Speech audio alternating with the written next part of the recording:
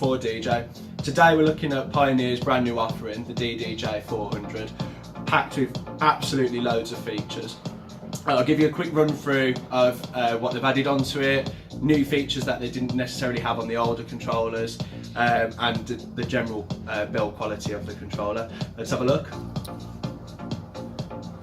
As you can see, Pioneer have gone to town with the styling for the DDJ 400. In kind of comparison to its predecessor, the DDJ-RB, it mimics your industry standard CDJ mixer setup, the 900 Nexus 2 and the 2000 Nexus 2.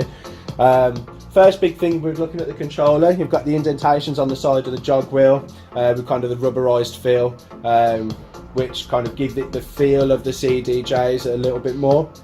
And the actual layout of the deck as well, with your beat, your loop function at the top, and where the playing cue is located. Moving along, your beat sync, if you use sync, allows you to be a bit more creative with your sets and kind of not waste time with beat matching. Moving to the bottom of the deck, is separate playing cue buttons, and the pad function has changed slightly. So on the left deck, I've got the beat loop running at the moment, which you can kind of bring down into all the way through the loop range and back up to the kind of 16 bar loop that I had on it before. The other features hot cues, which is the same as they've always been. Obviously set different cue points in the track. Beat jump's quite a cool feature. Allows you to start kind of mixing it up on the fly. And then obviously the sampler section, same as always, allows you to kind of preload your own samples or use some other ones that they've got already in Rekordbox. Obviously shift and then hitting the buttons allows you to activate the secondary pad functions. So pad effects 2, skip through some of the different pad effects that they've got. And then there's the same for kind of pad effects 1 as well.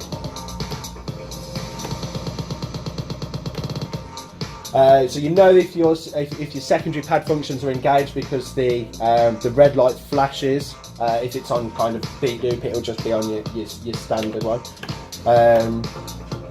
Going towards the mixer, they've really kind of put a lot of time and effort into the mixer. As you can see, it looks very, very similar to the 450 mixer, and has taken the kind of layout from like your 900 Nexus mixer as well.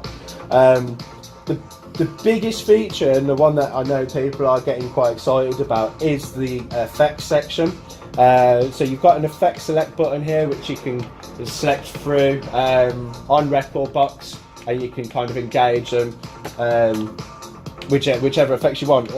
The Mobius Try or Mobius Saw is one that we saw on the DDJ 1000, and you engage the effect obviously on either channel 1 or channel 2, or it will engage on the master output, and then it just operates the same way as it does on any of their mixers.